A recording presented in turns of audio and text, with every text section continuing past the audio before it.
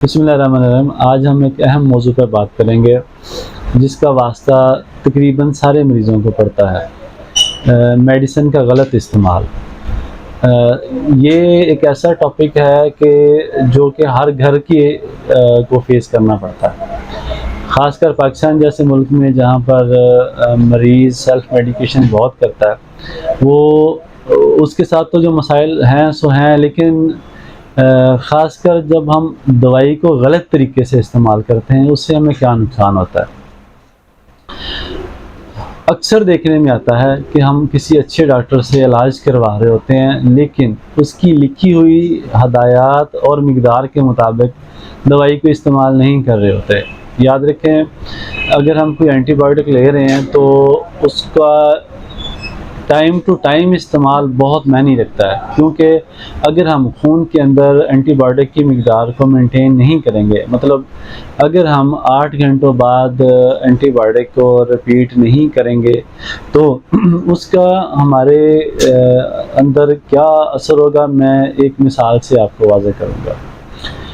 अगर हम एंटीबायोटिक को खून के अंदर एक मख़सूस मिक़दार में मेंटेन नहीं करेंगे तो जो इन्फेक्शन है, बैक्टीरिया है, वो उसके ख़िलाफ़ स्ट्रॉन्ग हो जाएगा और फिर वो आपको एंटीबायोटिक असर नहीं करेगा, जिसका आफ्टर ऑल ये रिज़ल्ट निकलेगा कि आपको दूसरे एंटीबायोटिक से भी मतलूबा नताइज हासिल नहीं होंगे और आपको नाकाबिल तलाफ़ी नुकसान फेस करना पड़ेगा, जिसके ख़तरनाक नताइज भी देखने में आते हैं।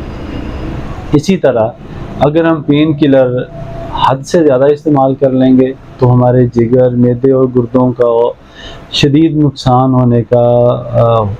हो सकता है। इसी तरह से हमारी मैदे और जिगर की मेडिसिन है, अगर हमारे अंदर कोई भी अलामत ज़्यादा होती है तो हम खुद से उसकी डोज़ को बढ़ा लेते हैं, जैसे कि 20 mg को 40 कर लेते हैं। ये अलामत ये किसी भी वजह से आई है, इसको कंप्रेस या डाउन करने के लिए हम खुद से जब मेडिसिन को उसकी मिक़दार बढ़ाते हैं तो उसका सबसे ज़्यादा नुकसान ये होता है कि हमारी बॉडी उसके जो साइड इफ़ेक्ट्स है उसको फेस करते करते डैमेजेस की तरफ जाना शुरू हो जाती है। हमें पूरी कोशिश करनी चाहिए कि हम अपने मुआलिज की लिखी गई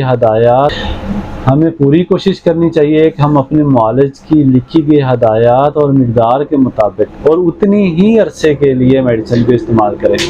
उसके बाद हम खुद से उसको कंटिन्यू ना करें, बल्कि अपने मुआलिज के पास जाएं। इसी तरह हम देखते हैं कि एक पेशेंट को एक दवाई से फ़ायदा होता है तो उसी अलामात का दूसरा मरीज़ उसी दवाई को अच्छा समझते हुए इस्तेमाल करना शुरू कर देता है और उसको उसका फ़ायदा भी होता है, मगर कुछ अरसे बाद देखने में आता है कि वो मरीज़ किसी सीरियस पेचीदगी की तरफ चला जाता है। वजह ये होती है कि अलामत तो सेम है, लेकिन उसके पीछे जो हिस्ट्री है बीमारी की वो मुख्तलिफ होती है। मेरा आपको मशवरा होगा कि आप किसी दूसरे मरीज़ का नुस्खा इस्तेमाल ना करें, और कोई ऐसी दवाई जो कि कोई दूसरा मरीज़ इस्तेमाल कर रहा है या आपको डॉक्टर ने लिखी हुई है 2 हफ्तों के लिए, आप उसको हमेशा कंटिन्यू ना करें। इसी तरह एंटीबायोटिक्स के हवाले से अक्सर देखने में आता है कि जो इंडिकेशन होती हैं, कॉन्ट्रा इंडिकेशन होती हैं या जो बद असरात है, उसको देखते हुए पेशेंट उसका मिक़दार कम कर देता है। वो अपने मालिज से मशवरा करने के बजाय उसकी मिक़दार को कम कर देता है या फिर उसको बीडी से सिंगल डोज पे ले जाता है, जिसका बाद में फिर बहुत सारे नुकसानात उसको फेस करने पड़ते हैं और वो कई सारी परेशानियों का सबब बनते हैं। तो इसीलिए पाकिस्तान के अंदर मेडिसिन का जो गलत इस्तेमाल है ये बहुत ज़्यादा है, और इसकी पेचीदगियों के शिकार जो पेशेंट हैं उनकी मिक़दार, उसकी तादाद भी बहुत ज़्यादा है। अगर पैरामीटर्स और फिगर्स की पर बात की जाए तो ये लाखों में आपको हर इलाके में पेशेंट नज़र आएंगे जो कि सिर्फ गलत इस्तेमाल से इस पेचीदगियों का शिकार हैं। उनकी बीमारी काबिल इलाज थी, वो ठीक हो सकते थे, लेकिन उन्होंने मेडिसिन को गलत इस्तेमाल किया।